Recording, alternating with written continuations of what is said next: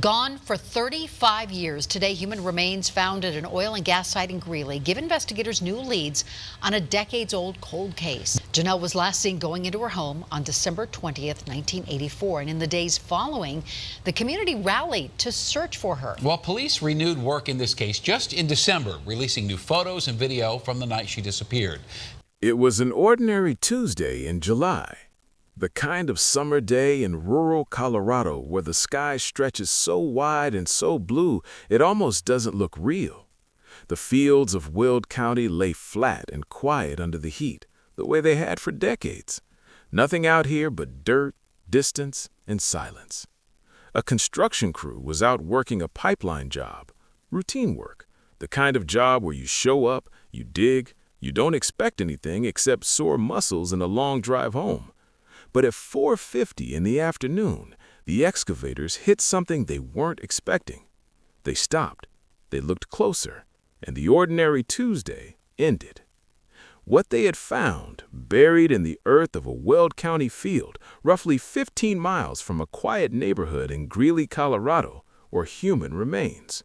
Partial, weathered by time, but human, unmistakably human, and they had been there for a very long time. Within hours, investigators were on the scene. The Weld County Coroner's Office took over.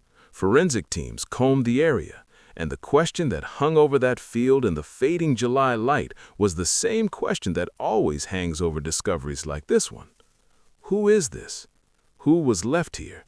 And who put them here? It would take days of careful forensic analysis to get an answer to the first question. But when that answer came, it didn't just identify a set of remains. It cracked open a case that had haunted an entire community for 35 years. A case that had gone cold so many times, so many people had quietly, painfully accepted that the truth might never come. The remains belonged to a 12-year-old girl. A girl who had been missing since December 1984.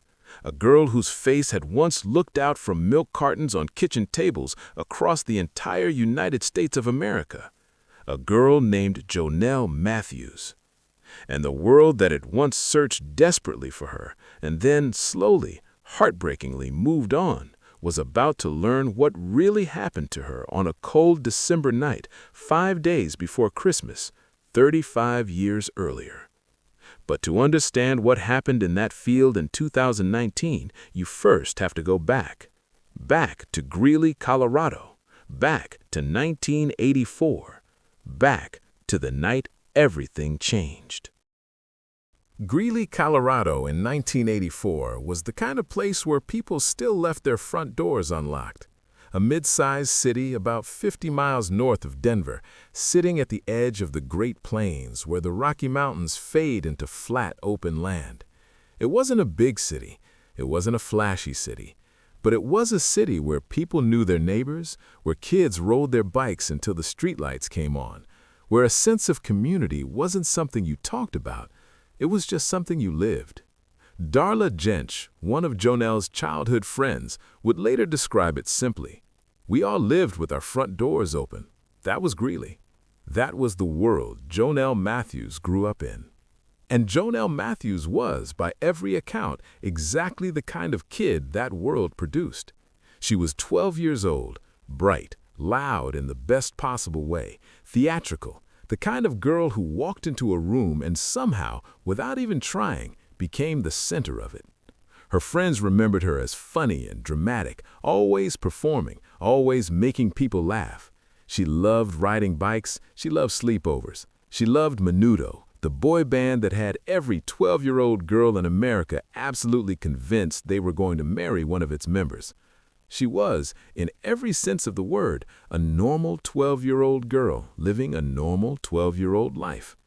She had been adopted as an infant, just 6 weeks old, by Jim and Gloria Matthews, a deeply devoted couple who gave her a home, a family, and a community. Jim Matthews was an educator, a man of faith, a steady and principled presence in Greeley's tight-knit community. Gloria was warm and attentive. Jonelle had an older sister. She had friends who adored her. She had a choir she sang in, a school she belonged to, a neighborhood where everyone knew her name. She had everything. And the Matthews family were not just a family in a house on a street. They were woven into the fabric of Greeley's community life. They attended church regularly, faithfully, the kind of family that shows up every week without fail, that knows every face in every pew, that opens their home and their lives to the people around them. That detail, the church, will matter. It will matter more than almost anything else in this story. But in December of 1984, nobody knew that yet.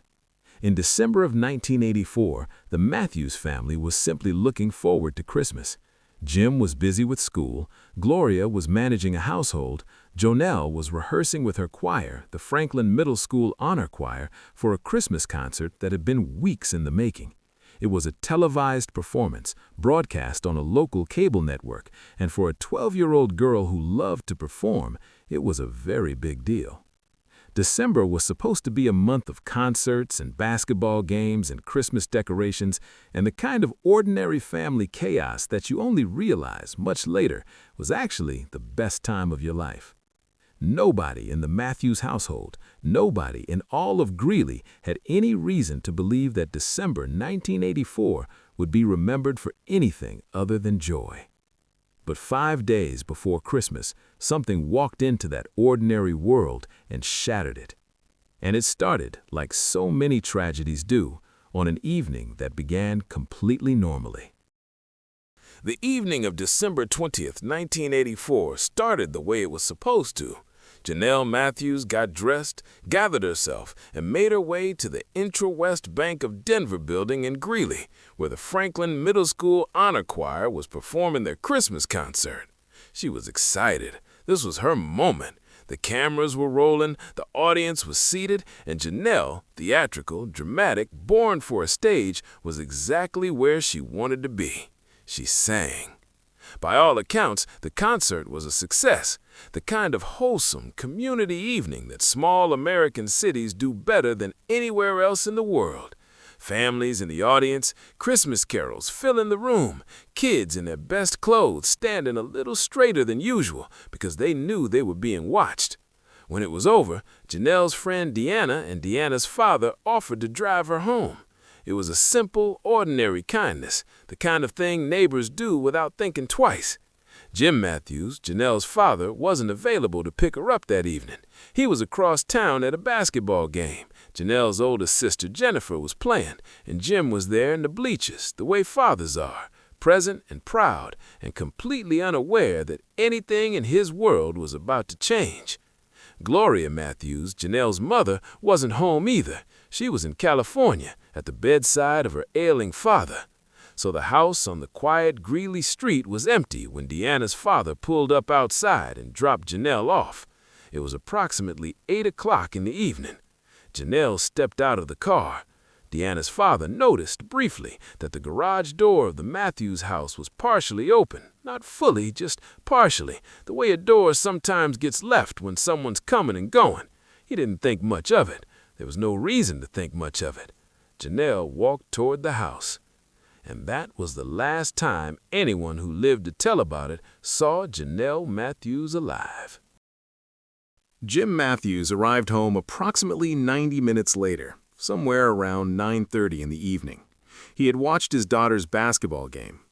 He was coming home to his other daughter, the one who had just performed in a Christmas concert on television. He walked into the house, and Jonelle wasn't there. He called out. Nothing. He checked her room. Empty.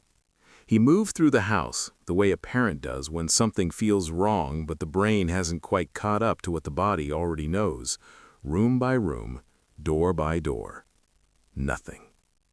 He went outside, and that is when he saw it. In the snow outside the Matthews home, there were footprints, not Jonelle's footprints alone, other footprints, footprints that told a story if you knew how to read them, footprints that suggested more than one person had been outside that house that evening. But here is the detail that stopped investigators cold when they arrived on the scene. Someone had tried to erase those footprints. Not completely, not successfully, but deliberately. Carefully, Someone had taken a garden rake and dragged it back and forth across the snow, trying to obscure what the footprints showed, trying to blur the evidence, trying to buy time or distance, or both. The rake was still there, left behind perhaps in haste, perhaps in arrogance, perhaps both. Jim Matthews called the police. Within the hour, Greeley law enforcement was on the scene.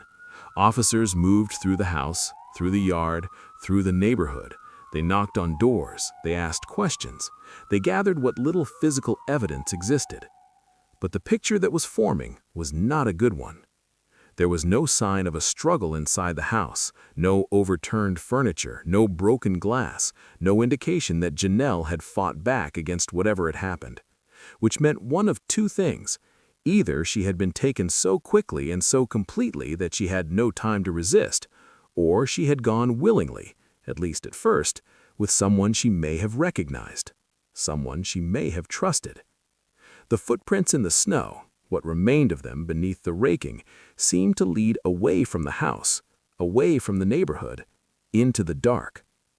And Jonelle Matthews was gone. Completely. Utterly. Without a trace beyond a raked patch of snow and a partially open garage door.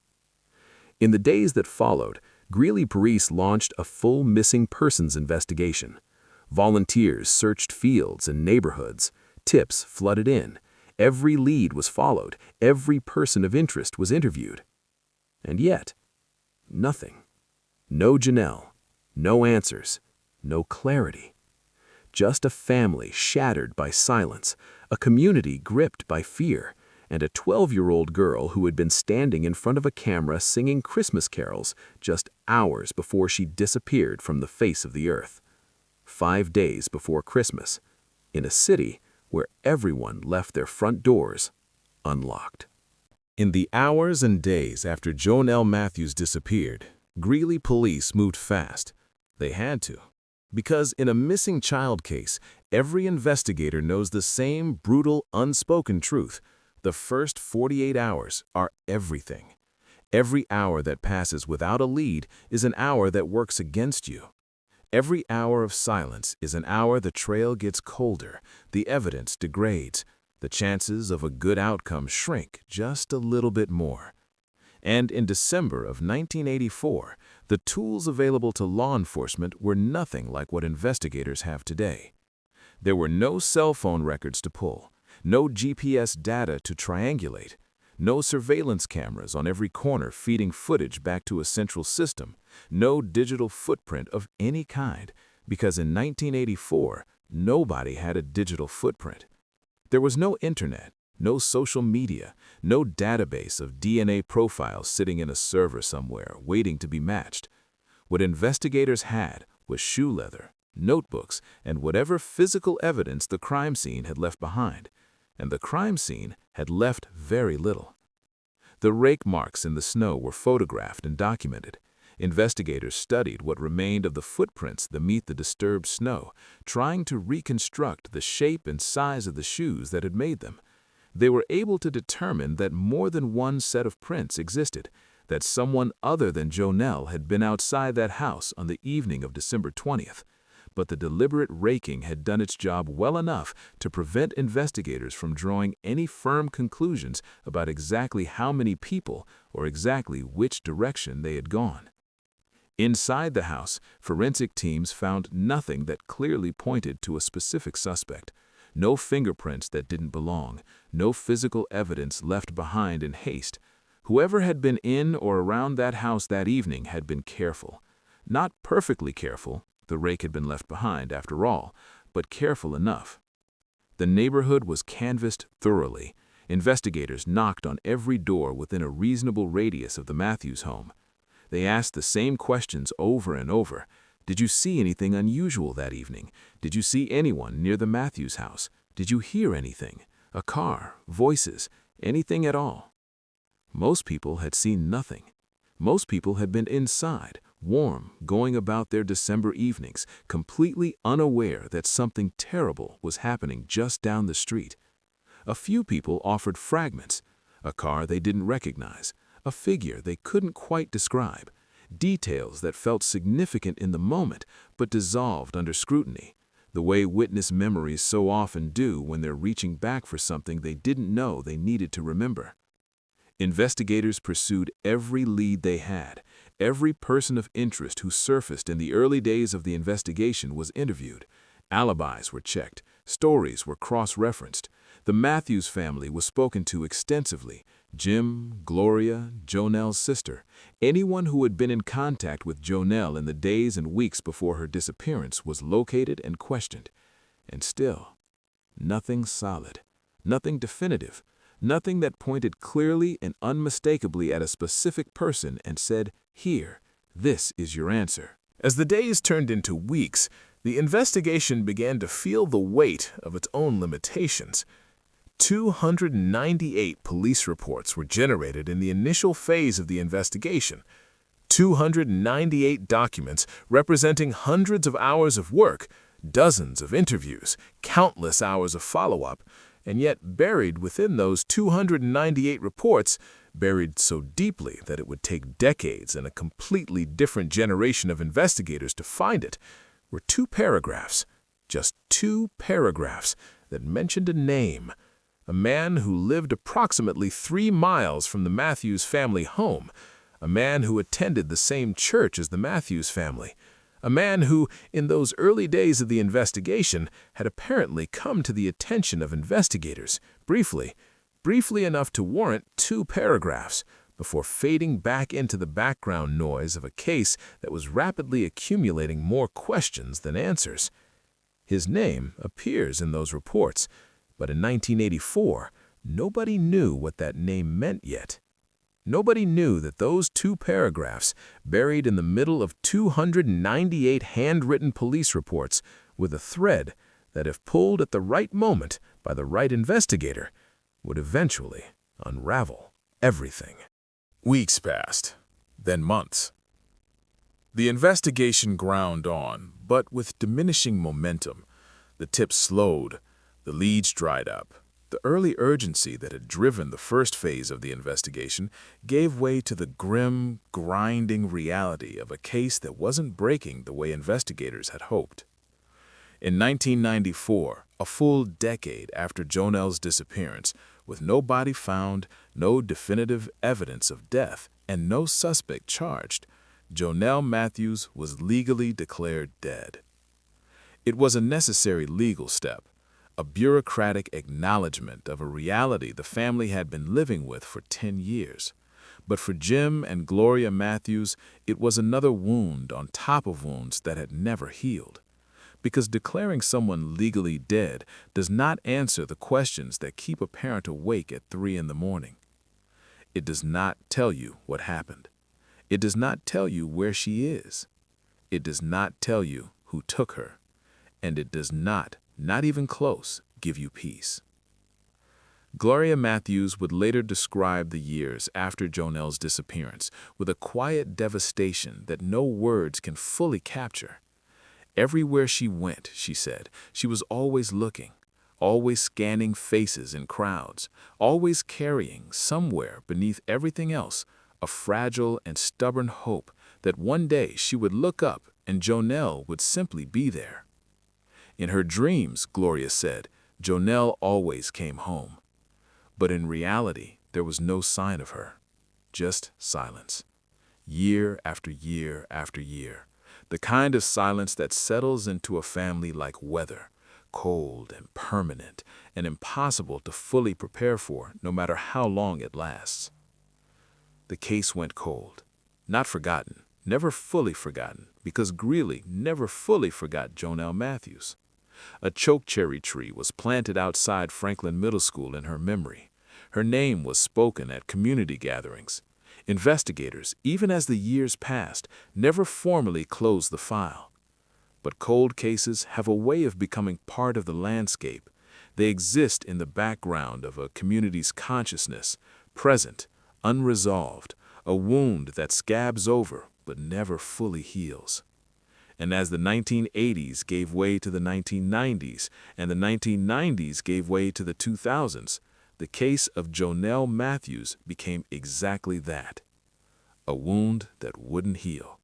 A question with no answer. A 12-year-old girl who had walked into her house one December evening and simply never walked back out. For now. Jonelle Matthews disappeared at a very particular moment in American history.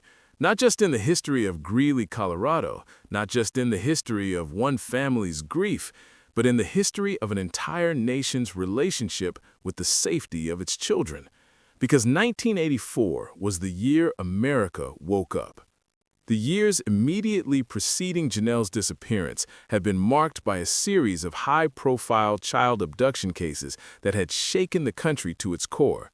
The disappearance of Eton Patz in New York in 1979, the abduction and murder of Adam Walsh in Florida in 1981, the vanishing of Johnny Gosch in Iowa in 1982, case after case after case of children who went missing and didn't come back, each one cracking open the comfortable assumption that American children were safe, that the suburbs were safe, that small towns were safe, that a kid could walk to school or ride a bike around the block without the world closing in on them. By 1984, that assumption was gone. And in its place was something new, something urgent, a national conversation about missing children that had never existed before at that scale, driven by grieving families who refused to be quiet and advocates who understood that silence was the enemy. December of 1984, the very same month Jonelle Matthews disappeared, was the month the National Center for Missing and Exploited Children was formally established. And it was also the month that a program quietly launched that would go on to become one of the most recognized missing children initiatives in American history, the Milk Carton Program. The idea was simple and powerful in equal measure. Print the faces of missing children on the sides of milk cartons, the one household item that sat on nearly every American breakfast table every single morning. Put those faces in front of millions of people every day. Make it impossible to pour a bowl of cereal without looking into the eyes of a child who needed to be found. Jonelle Matthews was one of the first. Her photograph, school picture bright, that theatrical smile, a 12-year-old girl who had no idea her image would one day be looking out from kitchen tables across the country, was printed on milk cartons and distributed nationwide. Her name, her date of disappearance, the details that investigators hoped might jog someone's memory somewhere. Millions of Americans saw her face. Millions of Americans knew her name. And yet, the reach of Jonelle's story extended even further than the milk carton program. In March of 1985, just 3 months after her disappearance, President Ronald Reagan stood before the nation and spoke her name directly. His administration had made the issue of missing children a priority, and in a speech that was broadcast across the country, Reagan referenced Jonelle Matthews of Greeley, Colorado, a 12-year-old girl who had vanished from her home 5 days before Christmas. The President of the United States said her name. For a family already living through the unimaginable, it was a strange and complicated moment. On one hand, the attention meant the world. It meant Jonelle wasn't forgotten. It meant the machinery of the most powerful government on earth was, at least nominally, aware of what had happened to their daughter. On the other hand, attention, even presidential attention, doesn't find a missing child. It doesn't tell you where she is. It doesn't bring her home.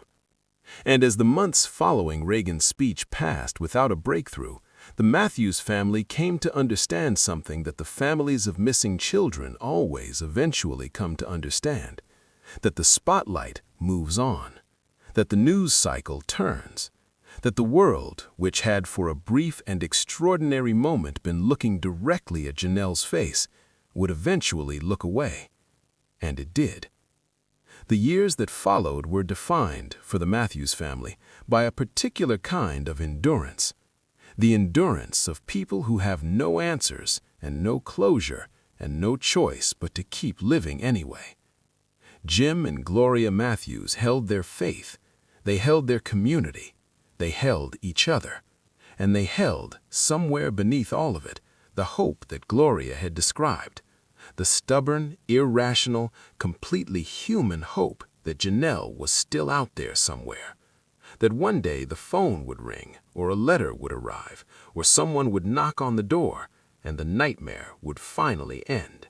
In 1997, something happened that added a strange and bittersweet layer to the family story. Gloria Matthews received a letter. It was from a woman named Terry Vieira, Jonelle's birth mother. Jonelle had been adopted at 6 weeks old, and Terry, now an adult, had spent years using a search consultant to try to locate the child she had given up. She had found the Matthews family. She was writing to ask permission to visit. Gloria Matthews wrote back, and in that letter she had to tell a woman who had spent years searching for her daughter that her daughter was gone, that she had been missing since 1984, that nobody knew what had happened to her. It is difficult to imagine the weight of that correspondence. Two mothers, bound together by a child they both loved and both lost, reaching across the silence to find each other at the worst possible moment. The families remarkably became friends, but Jonelle remained missing. As the 2000s arrived and then progressed, the Matthews case became a fixture of Colorado's cold case landscape. The Greeley Tribune ran periodic updates. Investigators, to their credit, never fully walked away.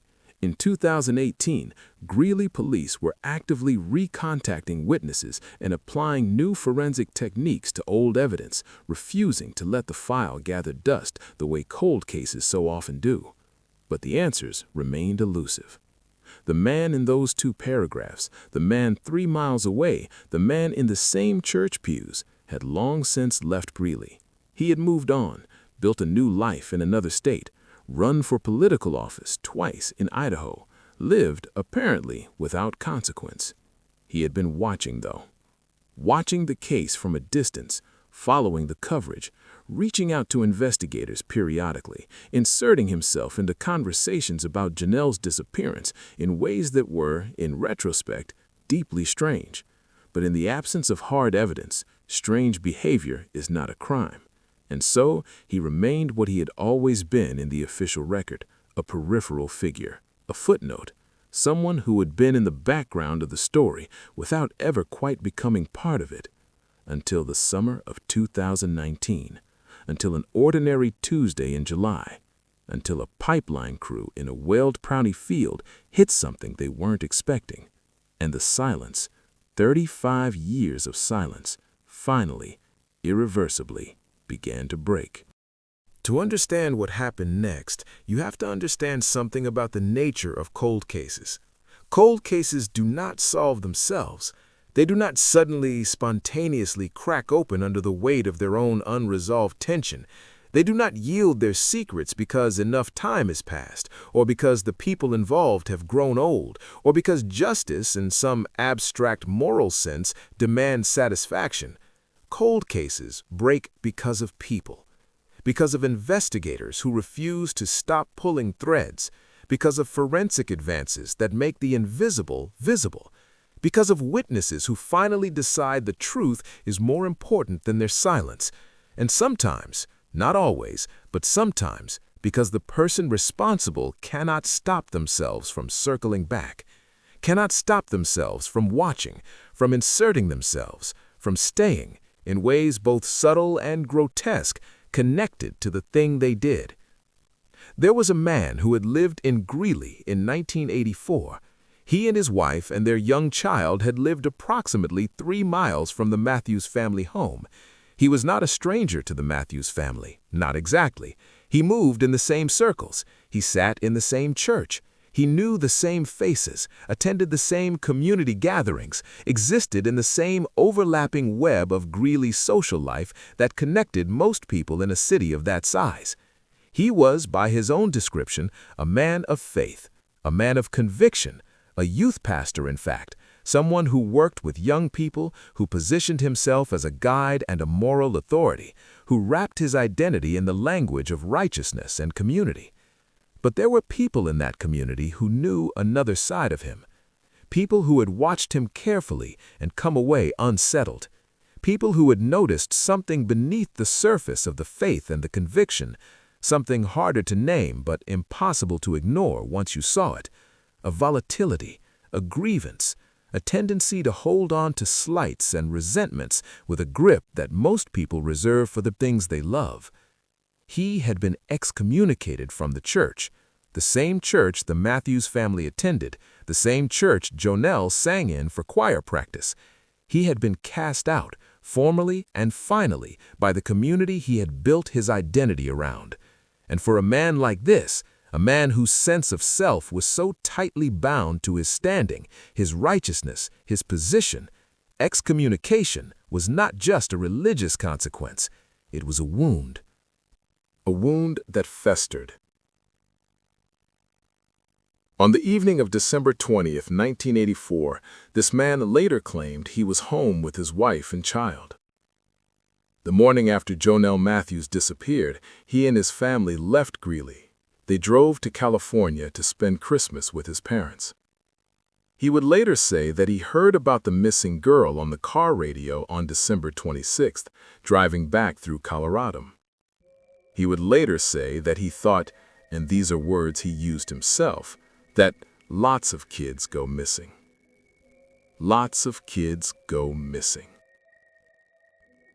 The words of a man describing a missing child from his own neighborhood, a child from his own church, a child whose father he knew by name. Lots of kids go missing.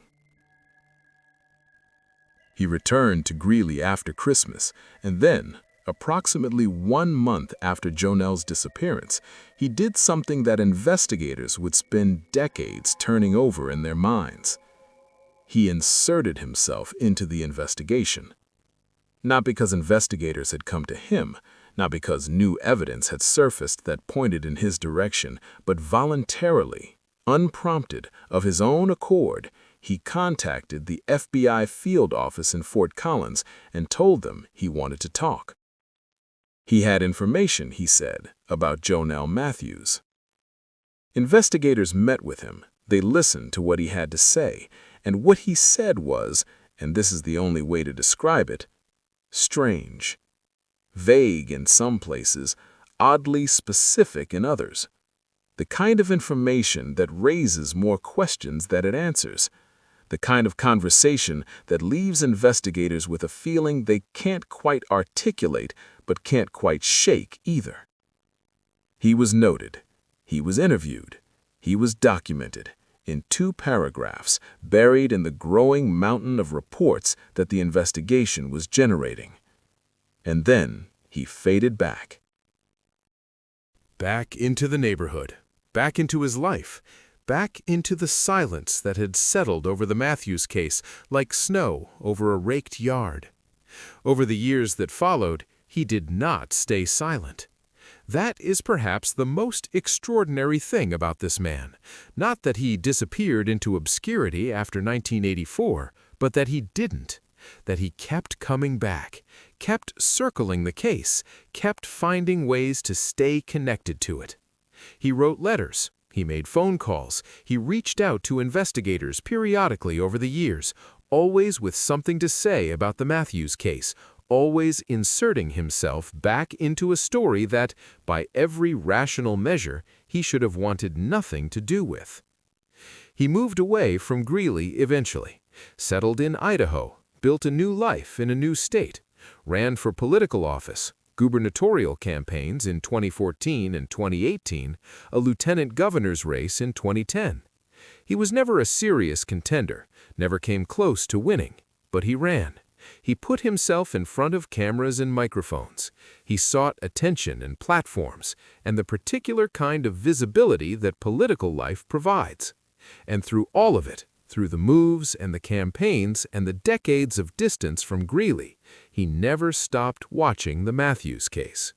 His electronic devices, investigators would later discover, showed that he had looked up the case thousands of times. Thousands. Not dozens, not hundreds.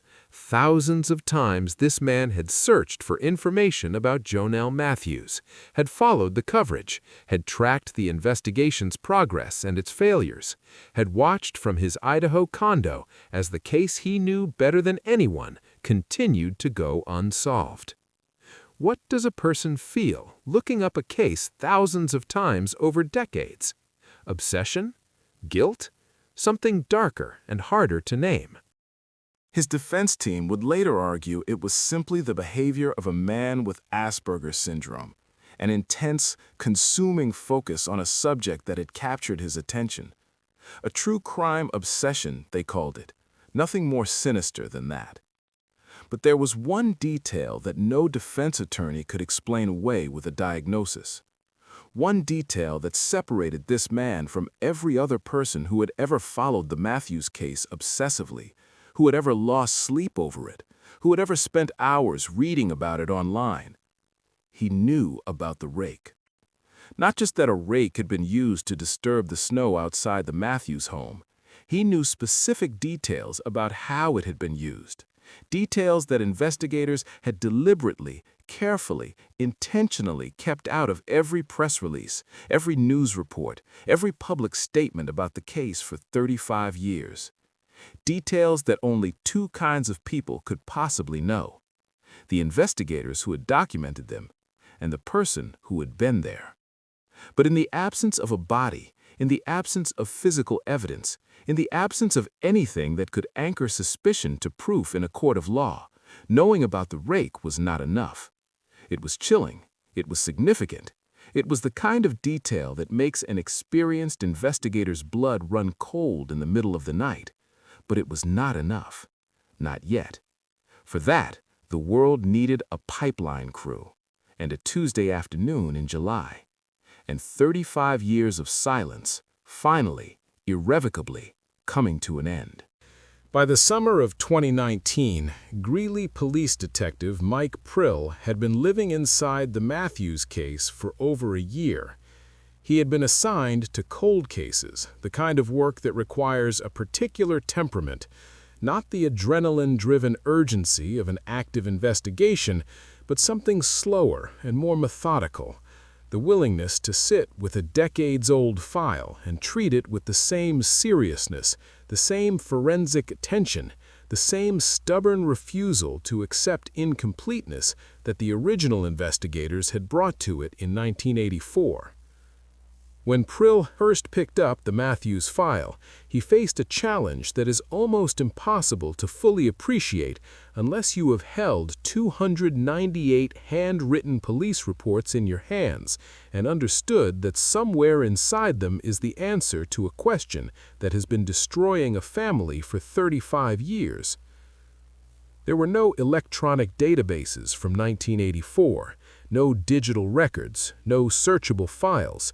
Everything was handwritten, page after page after page of notes and interviews and follow-ups and dead ends, compiled by investigators who had worked the case as hard as their tools allowed and still come up empty.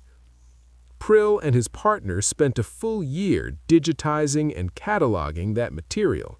28,636 pages of discovery. Every report, every interview, every note, transferred from the past into the present, made searchable, made cross-referenceable, made ready for the kind of analytical scrutiny that 1984 simply could not provide.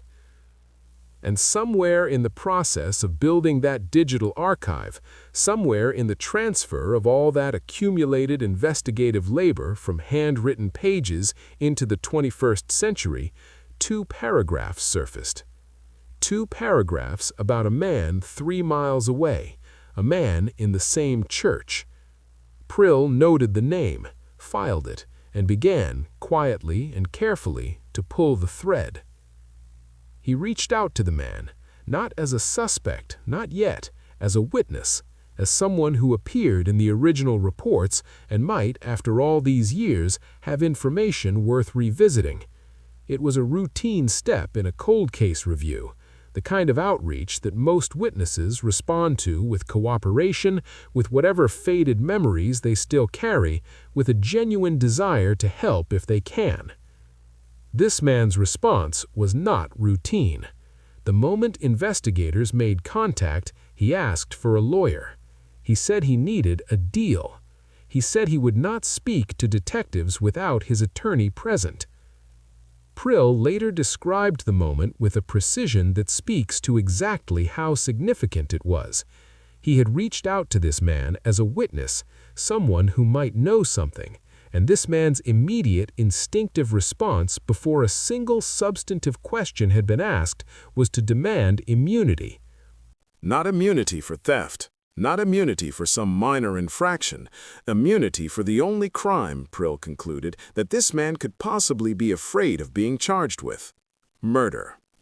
The request for immunity, made before a single question was answered, told investigators more than any interview might have. It was, in its own way, a confession without words, a signal sent by a man who had spent 35 years watching the case, circling it, inserting himself into it, and who, the moment investigators came to his door, immediately understood that the game had fundamentally changed. But Prill still needed more, because a request for immunity, however damning in context, is not evidence. It is not something a prosecutor can hold up in a courtroom and point to as proof beyond a reasonable doubt. It is significant. It is telling. It is the kind of detail that keeps an investigator awake at night, but it is not enough. And then, on July 23, 2019, everything changed. It was late afternoon, a construction crew working a pipeline installation in rural Weld County, 15 miles southeast of Greeley, in the flat, open farmland that stretches toward the horizon in every direction, hit something in the earth. They stopped their excavators. They looked closer, and they found her.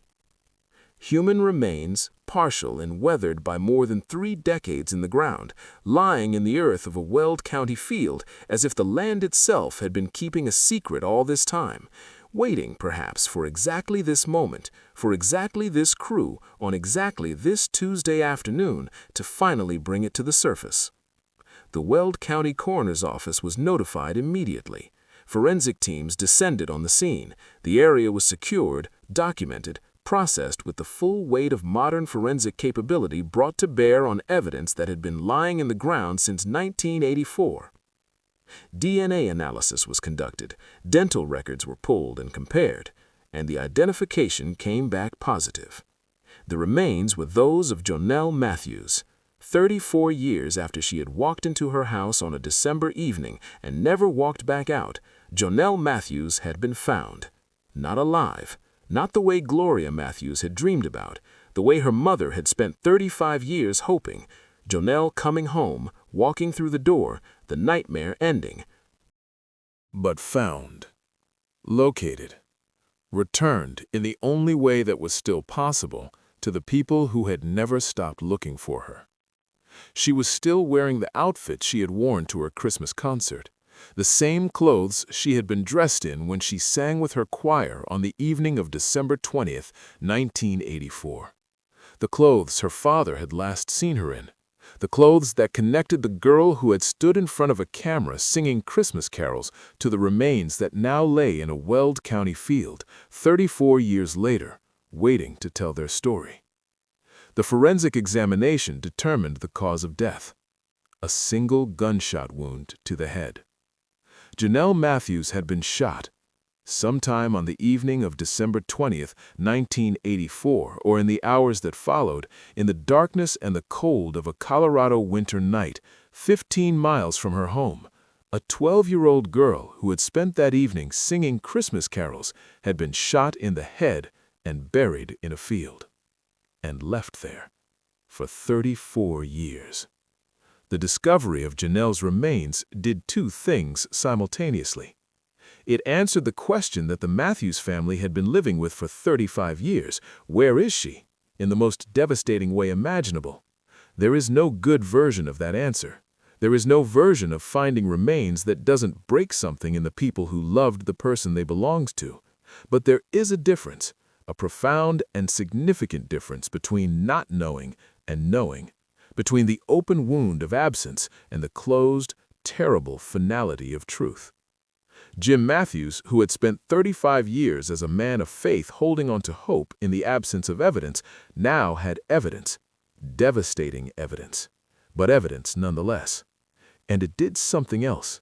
It transformed the investigation, because now this was not a missing persons case anymore. Now this was a homicide, a confirmed, forensically documented homicide, a murder. And with that reclassification came new tools, new legal authorities, new forensic possibilities, and, most critically, a renewed and reinvigorated investigative focus that had a specific direction to look in. 2 paragraphs. A man 3 miles away. A man who had known about the rake. A man who had demanded immunity before a single question was asked. Detective Prill and his partner drove to Idaho. They sat across from this man, and they watched as he continued to ask for a deal, continued to demand immunity, continued to refuse to answer direct questions about Jonelle Matthews without the protection of a legal agreement that would shield him from prosecution. What Prill heard in that room, he later said, was not the behavior of an innocent man. What Prill heard was a man whose conscience, after 35 years, was finally catching up to him. After the interview, Prill and his partner presented their case to the Weld County District Attorney's Office.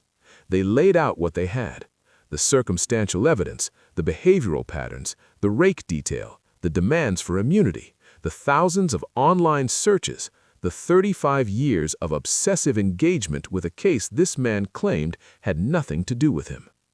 They presented it to a grand jury, and the grand jury agreed. On October 13, 2020, Stephen Dana Pankey, former youth pastor, former Greeley resident, twice failed gubernatorial candidate from Idaho, was indicted on charges of kidnapping and murder in the death of Jonelle Matthews. After 35 years of silence, the man in the shadow finally had a name. Stephen Dana Pankey was 70 years old when he was indicted. 70 years old, living in a condo in Twin Falls, Idaho, far from the Colorado city where he had once been a youth pastor, far from the church that had cast him out, far from the field where he had left a 12-year-old girl in the ground and driven away into the December darkness. 35 years had passed. He had built a life, run for office, moved on, at least on the surface, the way people move on when they believe the past has been successfully buried, when they believe the ground will hold its secrets forever. But the ground had not held.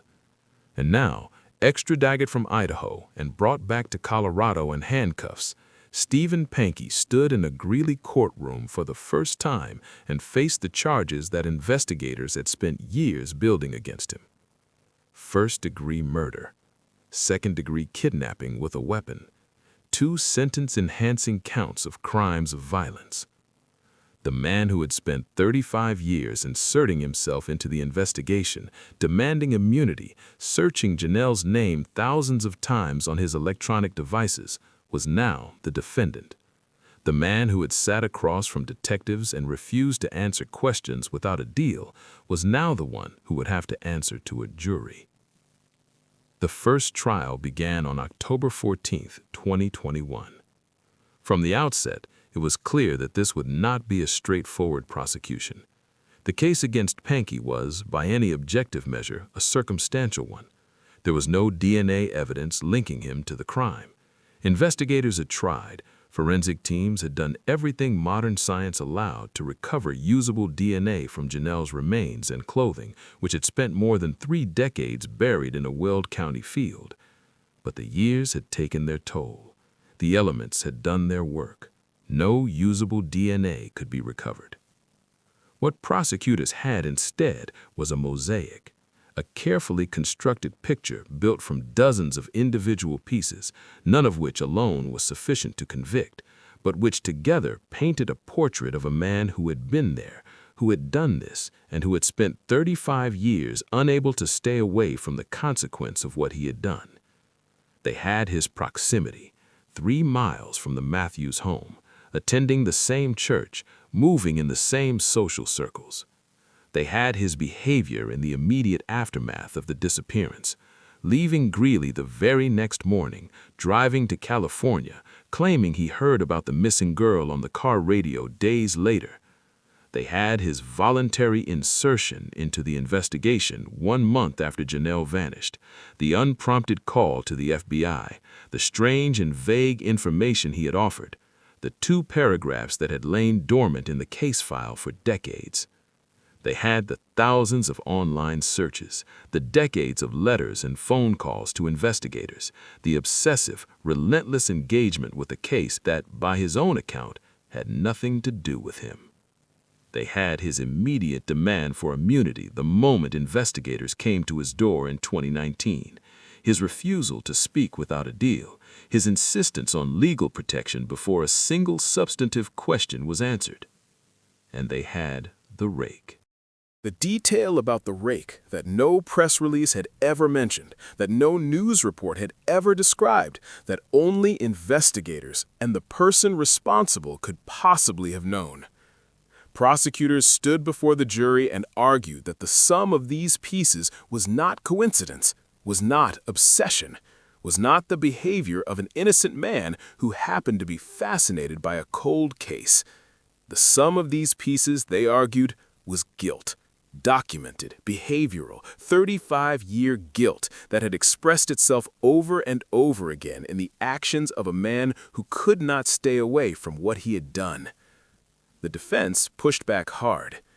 Pankey's attorney argued that the case, in his words, screamed reasonable doubt, that the prosecution was asking the jury to convict a man of murder based entirely on circumstantial evidence, no DNA, no weapon, no eyewitness, no direct physical link between Stephen Pankey and the death of Jonelle Matthews. He argued that Pankey's obsessive interest in the case was not evidence of guilt, but a symptom of Asperger's syndrome, an intense, all-consuming focus on a subject that had captured his attention, the kind of fixation that the condition can produce in individuals who become absorbed by particular topics. A true crime obsession, the defense said, nothing more. And the defense pointed to another man entirely, a man named Norris Drake, who had regularly visited his mother's home across the street from the Matthews family, a man who, according to the defense, had an obsession with young girls, a man who was now dead and therefore could not defend himself against the implication being made about him in open court. Norris Drake had never been charged with anything in connection with Jonelle's disappearance, had never been formally implicated, was, in the eyes of the law, an innocent man. But the defense planted his name in the jury's mind as an alternative, as reasonable doubt made flesh, as the possibility, however speculative, however unsupported, that the jury could not be certain it was Pankey and not someone else who had walked into that narrative. The jury deliberated, and on November 4th, 2021, the 4 women announced that they were deadlocked. On the murder charge, on the kidnapping charge, unable, after days of deliberation, to reach the unanimous verdict that the law requires for a conviction on the most serious counts. They had convicted Pankey on a single misdemeanor count, making false statements to police, but on the charges that mattered most, they could not agree. A mistrial was declared. For the Matthews family, sitting in that courtroom after 35 years of waiting, the mistrial was a blow that is almost impossible to describe. They had waited decades for this moment, had watched investigators build this case piece by careful piece, had sat through weeks of testimony, through the defense's alternative theories, through the legal machinery grinding forward, and then watched it stall. Not collapse, not end, but stall. Jim Matthews, a man who had spent 35 years as a prisoner of unanswered questions, was not finished. Neither were the prosecutors.